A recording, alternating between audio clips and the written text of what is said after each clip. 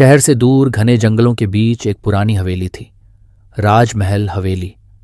यह हवेली 100 साल से भी अधिक पुरानी थी और इसके बारे में कई डरावनी कहानियां प्रचलित थीं। कहा जाता था कि जो भी रात के समय इस हवेली में जाता वह कभी लौट कर नहीं आता। हवेली वीरान थी, परंतु फिर भी कभी कभी वहां से अजीबोगरीब आवाजें आती थीं।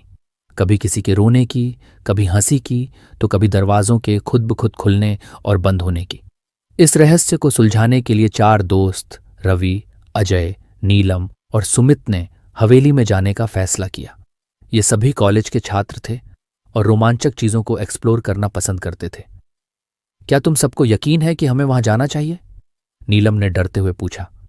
अरे, ये सब सिर्फ अफवाहें हैं, हमें डरने की जरूरत नहीं, अजय ने हंसते हुए कहा।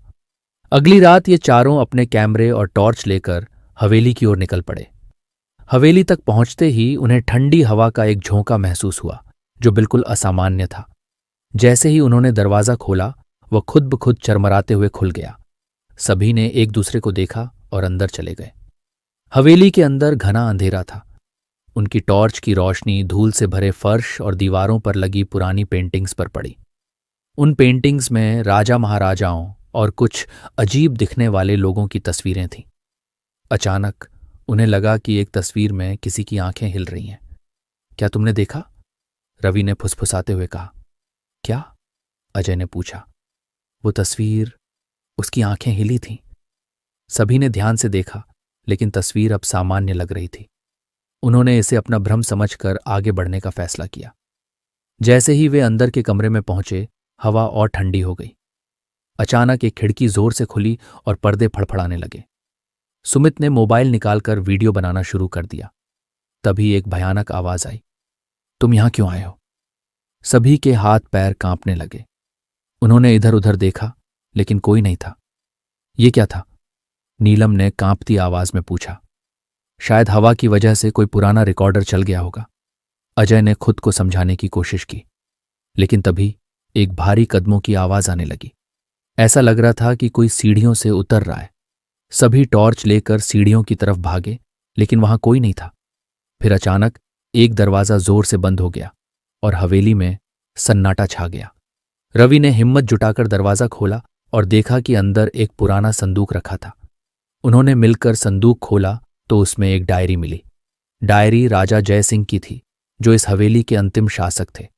उसमें लिखा था, यह हवेली एक श्राप से ग्रस्त है। मेरी बेटी रागिनी को मेरी सौतेली रानी ने तंत्र मंत्र से मार दिया और उसकी आत्मा अब इस हवेली में भटकती है।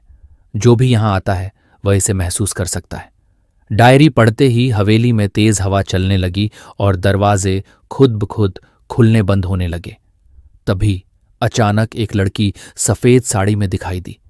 उसकी आंखें लाल थीं और चेहरा विकृत था। तुम लोग यहां से चले जाओ, उसकी भूतिया आवाज गूंजी।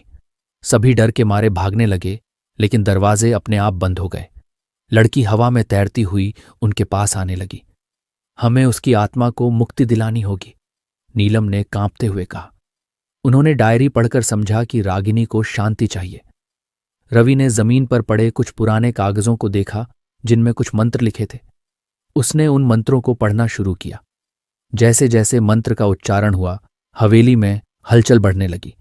रागिनी की आत्मा चिल्लाने लगी और हवेली की दीवारें कंपन करने लगीं।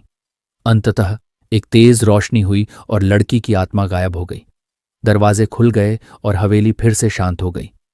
अगले दिन चारों ने पुलिस को हवेली की रिपोर्ट दी और पुरानी डायरी सौंप दी। प्रशासन ने हवेली को संरक्षित करने का निर्णय लिया और वहां पर किसी को न जाने की चेतावनी दे दी।